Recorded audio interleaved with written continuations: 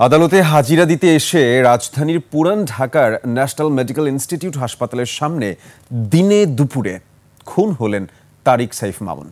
দুর্বৃত্তরা এলো পাথাড়ি গুলি করে মামুনকে খুন করে চলে যায়। পুলিশ জানিয়েছে তারিক সাইফ মামুন তাদের শীর্ষ সন্ত্রাসীর তালিকায় ছিল। খুনিদের গ্রেফতারে চেষ্টা চলছে। আরিফুল ইসলামকে সঙ্গে নিয়ে দীপু শিকদারের রিপোর্ট। আপনার প্রিয় কাপড়ের যত্নে এলো এনজাইম সমৃদ্ধ Arik silver wash detergent powder 500 গ্রাম মাত্র 70 টাকা। প্রিমার্ক। সোমবার সকাল 10:30 ন্যাশনাল হাসপাতালের সিসিটিভি ফুটেজে স্পষ্ট দেখা যাচ্ছে মুখ বাঁধা দুই ব্যক্তি একজনকে ধাওয়া করে গুলি করছে। ফুটেজের পরবর্তী অংশে দেখা যাচ্ছে কিলিং মিশন শেষে দ্রুত পালিয়ে যাচ্ছে অস্ত্রধারী দুর্বৃত্তরা।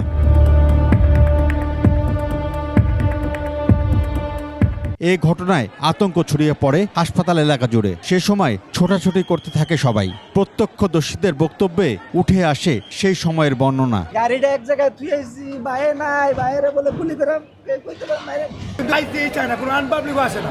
পরে আমি আইছি ধরে সবাই আইছি। 3-4টা ফায়ারিং এর শব্দ পাই।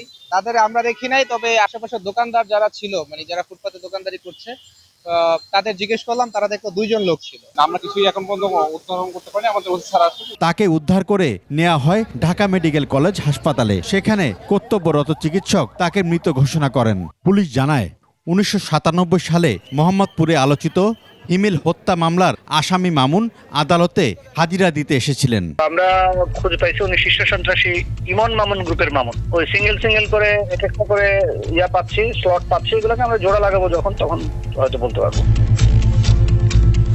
এর আগে 2023 সালের 18 সেপ্টেম্বর দ্বন্দ্বের জেরে সন্ত্রাসীদের আরেকটি গ্রুপ তাকে হত্যার চেষ্টা চালায়। এ সময় পথচারী আইনজীবী ভুবন চন্দ্র শীল সহ 2 জন গুলিবিদ্ধ হন।